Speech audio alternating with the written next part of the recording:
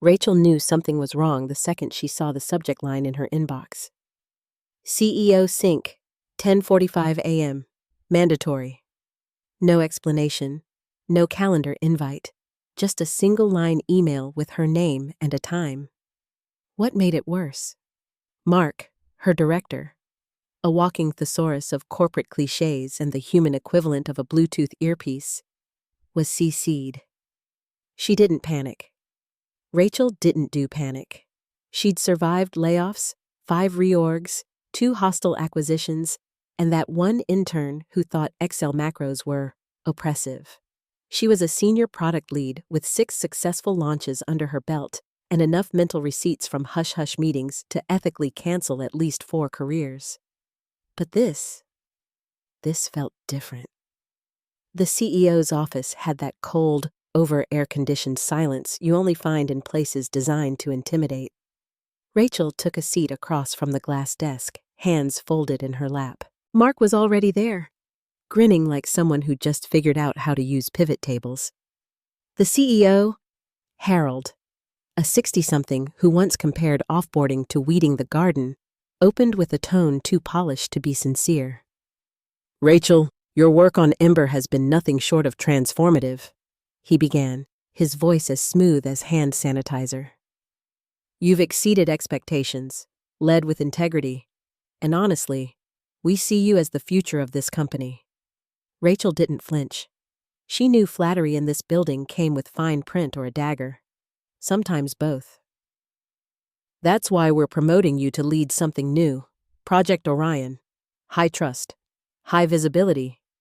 Forward-leaning," Harold said. Mark leaned in. "We handpicked you," he added, oozing smarm. "It's the kind of once-in-a-lifetime challenge that calls for a visionary." Rachel nodded, offering a corporate smile while trying to decode the pitch. "Project Orion? Never heard of it. No roadmap mentions, no strategy deck, not even hallway gossip." Still, she allowed herself a flicker of hope. Maybe, just maybe, they were finally recognizing the years she spent carrying deadweight teammates and debugging prototypes at 2 a.m. Then they showed her to her new office. It wasn't an office.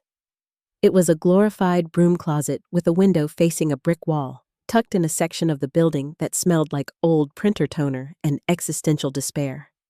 Fresh paint couldn't hide the fact that this floor had been abandoned since the fax machine era.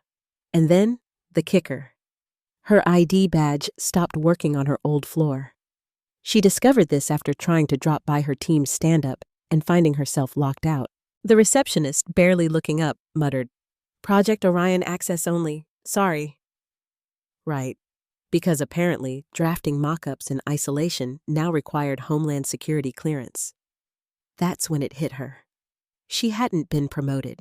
She'd been shelved, benched, strategically hidden just far enough from influence but not quite terminated. A coward's move by leadership too weak to confront talent head-on. Mark didn't want her threatening his position. He wanted her muted. Back in the fluorescent crypt they called her office, Rachel opened her laptop and stared at a blinking cursor on a blank Google Doc.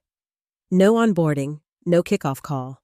The only file in her shared drive was a 4-sentence project charter that read like it was AI generated at gunpoint. She checked her calendar. Still blank. No meetings. No welcomes. Not even a Slack ping. That afternoon, she saw her old team's update email, now led by someone named Jeremy from finance. Jeremy, who once asked if back-end infrastructure meant the rear of the building. Her name? Gone. No mention, no handoff, no thank you. She let out a breathless laugh. This wasn't punishment. It was comedy. She hadn't been sidelined. She'd been gifted a padded room with Wi-Fi. But they'd made one critical mistake. They gave her time. Time and just enough rage to do something about it. Rachel quickly realized the only thing high trust about Project Orion was how confidently they trusted her to rot in obscurity. Week 1 was a masterclass in passive-aggressive abandonment. No kickoff, no budget, no tech lead. She refreshed her inbox repeatedly like a lab rat hitting a lever. The silence? Deafening. On the third day, Mark sent her a message that read, "Hope you're settling in. Big things ahead." The forced optimism made her want to scream into a pillow. She replied, polite but firm, asking for clarification on deliverables, resourcing, and a point of contact from engineering. There was no response. She tried looping in Harold's assistant, one of the few competent people still standing. The reply came back sterile and evasive. Leadership is excited to see your strategic instincts shine. Feel free to be visionary. Visionary? She couldn't even get access to a functioning printer, let alone the internal dev tools. She submitted a support request to gain sandbox access for testing environments. The ticket came back denied. No estimated timeline for approval. She leaned back in her chair and stared at the ceiling vent as it rattled like a dying appliance. By the end of that first week, Rachel began submitting fake reports. Not because they were requested, just to fill the void. She even invented a fake competitor. Orion AI, a frictionless, federated AI-native observability platform. It was pure jargon, the kind of pitch that could clog an investor's inbox for weeks. No one responded. She had become Schrödinger's employee, both promoted and discarded. Then came the real blow. A company-wide memo. To support agility and growth, Project Ember will now be co-led by rising talent Jeremy B. from Strategic Finance. Jeremy, the guy from the quarterly budgeting call who once asked if back-end development meant the back part of the office. She stared at the email like it had just canceled her existence. Rachel had built Ember, from a whiteboard sketch to MVP. She fought for headcount, pulled all-nighters, spent 3 weekends debugging code when the dev team ghosted. Now, Jeremy, who got confused by version control, was leading it. It wasn't just insulting, it was disorienting. Still, she didn't protest. She didn't vent. There was no one to hear her even if she did. Instead, she adjusted. She started attending optional webinars just to hear another voice. She made a flowchart that simply read, "Ideas lead to innovation, which leads to revenue." Nobody reacted. She even followed up with Mark a second time. "Hi, Mark. Just checking in to see if there are any concrete milestones I should be focused on for Q2. 2 days later, he finally replied, "Just keep ideating. Trust your instincts." Rachel stopped wearing makeup. No one saw her. She ordered the same salad every day, dressing on the side. It was as if even her meals had stopped trying. Her eyes hurt from the constant glare of the office lights. Her Slack messages sat unread. Her notifications remained empty. Eventually, she found herself nodding at the dusty plant in the corner. It didn't respond, but at least it didn't pretend to care. Then one afternoon, she caught her reflection in the darkened laptop screen. She looked like a brilliant prisoner, gaunt, focused, forgotten. And then she saw it clearly. They hadn't sidelined her because she was unqualified. They had done it because she was threatening, too competent, too respected, too impossible to control. Mark didn't want competition. He wanted silence. And the company didn't fire her. They wrapped her in a soft cage and told her it was a reward. She let out a laugh. This time, not from despair, from clarity. Fine. She would sit in their glass box, but she wasn't going to waste it. If no one was paying attention to her, then no one could stop her. And that meant she had something she hadn't had in years. Time.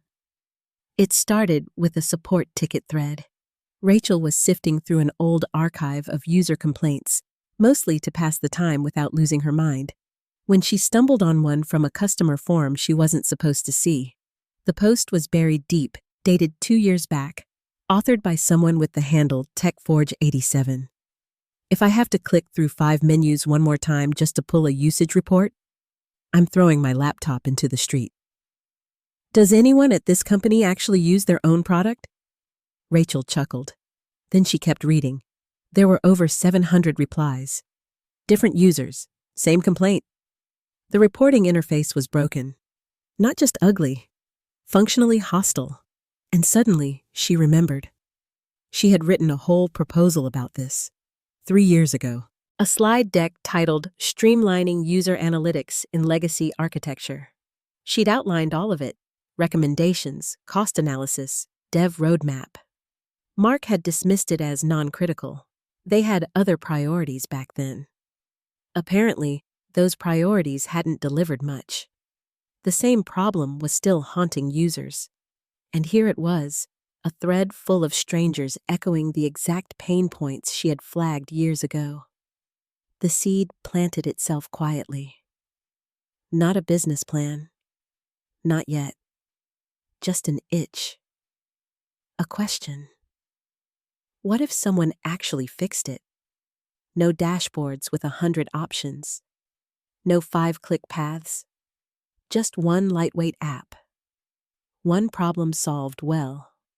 Not bloated, not political. Just clean, fast, and intuitive. Rachel wasn't thinking about market disruption or funding rounds. She just wanted to make it not terrible. That night, she poured a glass of wine, opened her personal laptop, and began researching. She wasn't stupid. She never touched her work laptop. She knew better than to let it sniff a trace of her idea. And it turned out the data architecture? Mostly public. Many of the APIs were open. A lot of their infrastructure was stitched together from third-party tools anyway. The more she read, the angrier she got. It wasn't even difficult. The company had just never bothered. By midnight, she had mapped out a rough feature list, a user flow diagram, and a prototype architecture sketch. It wasn't perfect, but it was enough to know it could work. She saved everything to an encrypted Google Drive folder registered under an alias she hadn't used since college, Maya Quinn. Back then, she'd used it to write an article on gender bias in software interface design. Now it was going to be her shield. The next morning, she bought a domain name, datalean.app. She paid for it using her personal card and saved the receipt. From that point on, every single transaction, design templates, hosting fees, third-party APIs, went through her own LLC, hastily registered under the name North Edge Labs. She documented everything: timestamps, screenshots, access logs. She recorded voice memos after each session, noting date, location, her device, her personal Wi-Fi, not the company VPN. She wasn't being paranoid, she was being surgical. Rachel had seen what happened when IP ownership got messy. She once watched Legal tear a junior dev apart over a project he built after hours because he once checked a GitHub issue from his company MacBook. She wasn't going to make the same mistake. At the office, she stayed low, checked in, attended meetings, smiled, replied to Slack messages like she was still invested. But her real work began every night around 7 p.m. after she locked her apartment door and opened a fresh terminal window. She wasn't trying to burn the company down. Not yet. But the match was lit, and the smoke was starting to rise. Rachel stopped dreaming in sentences. Her thoughts came in lines of code, wireframes, and Git commits. Day and night blurred together like rain on glass. Coffee replaced sleep. Dinner became trail mix from a drawer she didn't remember stocking. By day, she still played her role. Flat-toned Zoom check-ins, half-smiles in hallways, a wardrobe of neutral cardigans and forgettable shoes. She wrote weekly progress summaries for Project Orion that no one read, filled with sentences like realigning UX intent to strategic verticals and redefining modular ideation scope. By night, she was alive. She was building something that actually mattered. The prototype for DataLean came together in just under 12 weeks. It wasn't pretty. It didn't have branding or animations. But it worked. No bloated dashboard, no data dumps, just a single input field and clean, instant output. A user could get what they needed in 3 clicks or less. She tested it to death. She hired a freelance dev from Romania to optimize her back-end processes. She found a UI designer from Atlanta who took her pencil sketches and turned them into something human. She even paid a voice actor in Chicago to narrate a product walkthrough with calm, clear instruction. No hype, no jargon. Every invoice was paid from her LLC account. Every file was backed up twice. Every contractor signed NDAs. She even had them timestamp work sessions and log which device they used. She had receipts for everything. The few moments when something worked perfectly, the first time her CSV importer didn't crash, the first time her test suite returned green, Rachel felt it in her chest. Not pride exactly, something quieter, something like defiance.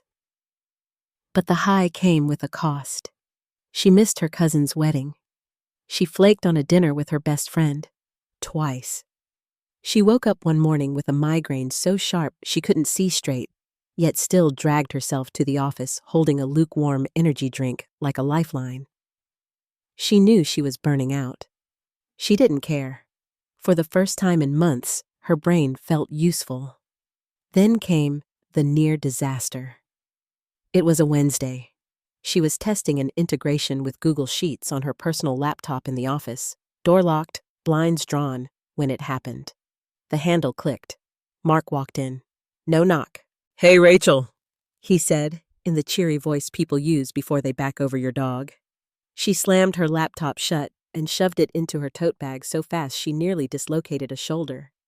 She alt-tabbed her work monitor to a placeholder slide titled Vision Mapping, Orion 2.0. Mark stared at the screen, nodded like he understood a single word, and said, "Just wanted to stop by, see how things are going. We're all really excited about the vision you're shaping." He looked around the office like a realtor evaluating square footage, then pointed to the dead plant in the corner. "You should replace that. Optics matter." Rachel smiled through gritted teeth. She made a silent promise. If Data Lean ever went public, that plant would appear on the IPO deck, labeled Legacy Leadership. When he finally left, she didn't move for a full minute. Her hands were slick with sweat. Her heart pounded like a bass drum. From that day on, she got more careful. Her personal laptop never left her tote unless the door was locked and her calendar was blocked. She saved her files to 2 locations, the cloud and an encrypted USB drive she hid inside an empty vitamin bottle in her purse. She wasn't just building now. She was hiding, and strangely, she loved it. Every keystroke whispered the same truth. They underestimated her. They gave her a cage. She was building the key. She launched it at 2:58 a.m. on a Sunday. No champagne, no fanfare, just a quiet moment in her apartment, lit by a single lamp and the glow of her personal laptop. The post went live on an obscure tech forum she'd followed for years. Populated by product managers, system architects, and frustrated power users who had long since given up on corporate support tickets. Her headline was short: "New tool to fix broken enterprise reporting. Fast, clean, no BS. Data Lean beta now live." The username was anonymous. The email was routed through multiple layers of forwarding and registered under her LLC's domain. No fingerprints, no breadcrumbs. She shut her laptop, walked a few laps around her apartment, opened it again 10 minutes later. 12 upvotes. By sunrise, the thread had over 300 comments. One said, "How did we not have this already?"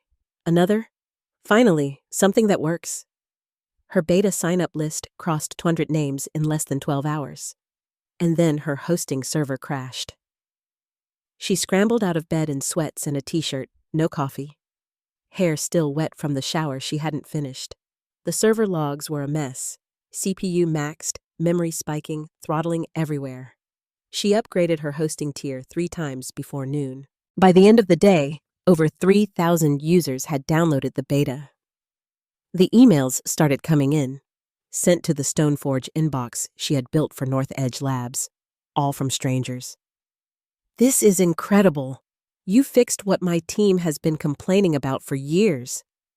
Who built this? It feels like someone who actually knows what they're doing. Are you ex-Redwood Analytics?" Rachel read them all, some twice. She didn't reply. Not yet. She was too stunned. Not afraid, not proud, just overwhelmed by confirmation. She hadn't built a side project. She had created a solution people had begged for. At the office, nothing changed. Project Orion still languished in a fog of jargon. Her check-ins with Mark grew even more hollow. One week, he asked if she'd considered pivoting Orion toward narrative-driven data storytelling.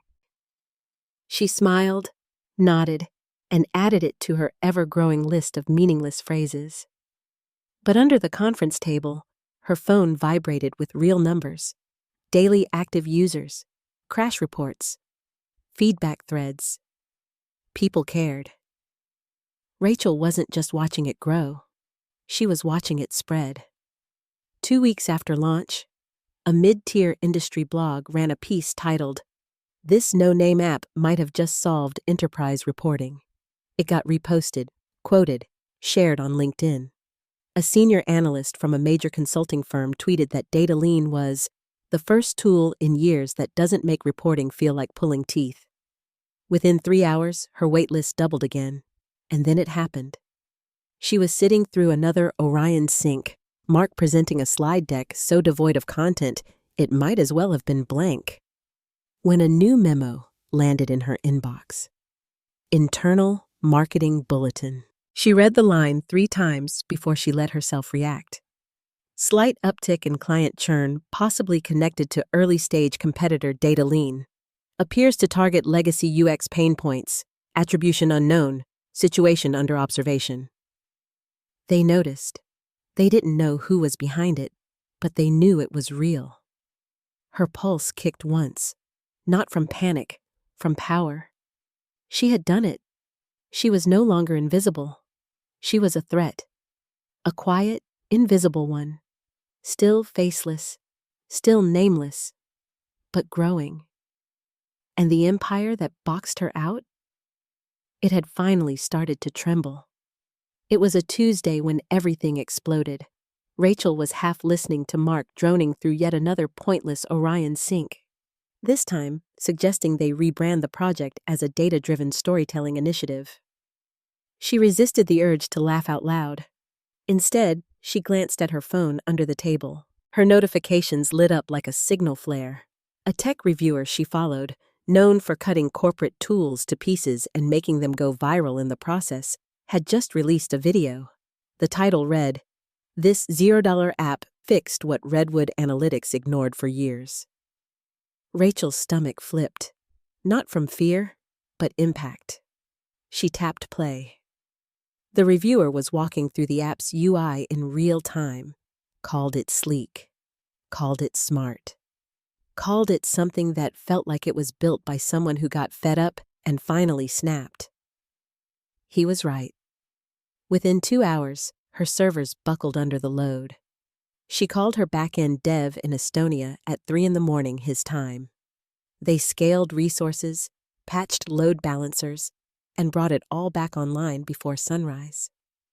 By the time she arrived at the office, the number of users had tripled. The following day, an industry newsletter ran a headline. "Who built Data Lean? Mystery app eats Redwood's market share overnight." More followed. Bloggers, LinkedIn posts, Reddit threads. It spread like wildfire through every team that had ever cursed her former company's clunky reporting tools. And then came the moment she would never forget. She was sitting in a glass conference room on the 10th floor, back in the same building that had buried her. This time, though, she wasn't isolated. She was sitting across from Mark, Harold, and 2 other executives. On the screen behind them, a screenshot of her app, Data Lean. "It's clean," Mark admitted. though it looked like the words physically hurt him. It solves the exact pain points we've deprioritized for years. Harold leaned forward. We need a response plan, immediately. I want a task force by the end of today. Someone figure out who's behind this. Rachel sat stone-faced, taking notes on a legal pad like she was absorbing new information. No reaction, no smirk. Just quiet observation. One analyst, a fresh hire from the marketing team, pointed out that DataLean's interface felt like it was designed by someone who actually uses reporting tools. Rachel almost choked on her coffee. That night, her former company sent out a soft but targeted internal memo to all employees. Reminder: any creation or distribution of external applications, use of work credentials on third-party platforms, or interaction with competitive tools during company time is subject to immediate investigation. In other words, they were scared. The legal department was now hunting.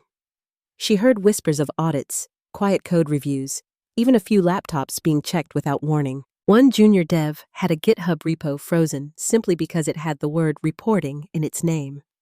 Rachel stayed calm. She had planned for this. Her personal device had never touched the company network. Every login, every commit, every payment had been done through her own LLC, on her own time, with a completely separate digital footprint. There were no breadcrumbs. She was a ghost. But they could feel her. The irony was brutal. They had buried her to keep her quiet, and now she was everywhere. They couldn't see her, couldn't stop her, couldn't even name her. But her fingerprints were all over their panic. Rachel sat in silence, watching fear bloom across the company like mold behind wallpaper. She had become the one thing they never prepared for. An internal threat that had already gotten out, and she wasn't finished. Not yet. They found her on a Friday. It wasn't a meeting request. No subject line, no context, just a mysterious calendar block that appeared overnight. Suite 14B, 1:00 p.m. Private, no attendees listed. Rachel knew exactly what it meant. She dressed deliberately. Black blazer, simple blouse, hair pulled back, no jewelry, no panic. She walked to the elevator like someone arriving to close a deal, not to face what the company probably hoped would be her end. In the boardroom sat 3 men: Harold, the CEO, the company's general counsel, and Mark, who looked like he hadn't slept in 2 days. His face was pale, his posture stiff. The mask was slipping. Harold cleared his throat first. Rachel, thank you for coming. This is a delicate matter. She said nothing. The attorney leaned forward. It has come to our attention that the application known as DataLean may have links through metadata and indirect network activity, and to credentials associated with your employment. Mark jumped in, voice cracking. There's a clause in your contract. Section 5B, intellectual property created during your tenure, if it overlaps with our product vertical, may fall under corporate ownership. Rachel calmly reached into her tote and placed a thick manila folder on the table. Receipts, screenshots, email headers, development logs, freelancer contracts, every design asset, every license, every software tool paid for under North Edge Labs, time-stamped and notarized. Inside, you'll find complete documentation of ownership, she said.